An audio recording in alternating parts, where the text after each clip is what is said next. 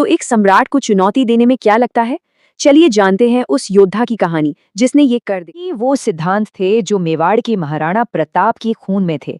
उनकी पहचान 1540 में जन्मे प्रताप को विरासत में मिली थी 1000 साल की वीरता। और बहुत मुश्किल था।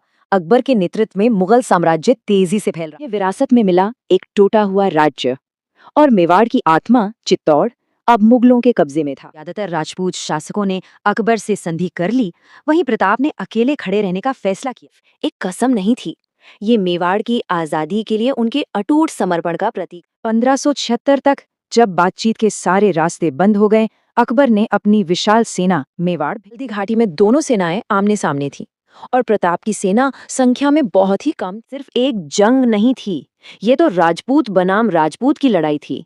एक ऐसी लड़ाई जिसने राजपूताना को बांट दिया। असली ताकत थी उनके लोग और खासकर भील योद्धा जो मेवाड़ की जमीन के रक्षक। एक बात बिल्कुल साफ थी, ये लड़ाई धर्म की नहीं बल्कि मेवाड़ की आजादी की थी। एक सबसे अहम मोड़ पर उनके वफादार घोड़े चेतक ने अपनी जान देकर उन्हें बचाया। पर भले ही मुगल थे, लेकिन प्रताप का हौसला नहीं टूटा था।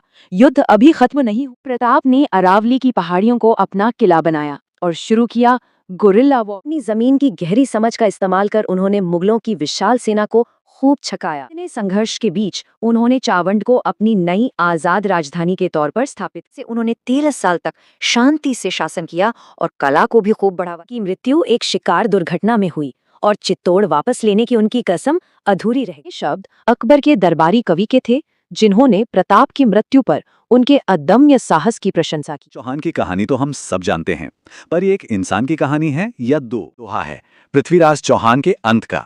आखिरी महान हिंदू राजा है, एक बंदी राजा की जो अंधा होने के बावजूद अपने दुश्मन मोहम्मद गोरी को मार गिराता। ये अंत उनकी कहानी का सबसे मशहूर हिस्सा है, पर सवाल ये है कि क्या ये सच है? जानने के लिए हमें सोर्सेज देखने पड़ेंगे।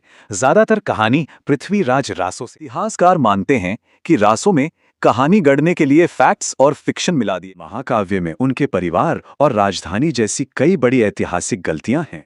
असली ऐतिहासिक पृथ्वीराज कौन थे? उनका जन्म गुजरात में राजा सोमेश्वर और रानी कर्पूर देवी के घर हुआ था। जिंदगी छोटी थी पर बहुत ही इवेंटफुल थी।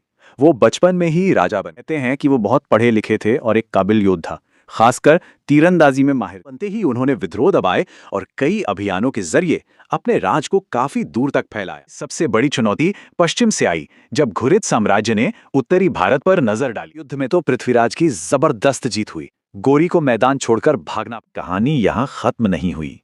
गोरी बदला लेने के लिए 1 साल तक तैयारी करता। 1892 में गोरी ने फिर हमला किया। इस बार जीत उसकी हुई और पृथ्वीराज बंदी बना लिए। कोई छोटी मोटी हार नहीं थी। इस एक जंग ने पूरे सब कॉन्टिनेंट का इतिहास हमेशा के लिए बदल। बंदी बनाए जाने के बाद उनका क्या हुआ, यहीं आकर कहानी उलझ जाती है और कई किस्से सामने आते हैं। अलग किताबों में उनकी मौत की बिल्कुल अलग अलग वजह बताई गई हैं। गोरी की मौत असल में 1206 में हुई थी, यानी पृथ्वीराज की हार के करीब 14 साल बाद।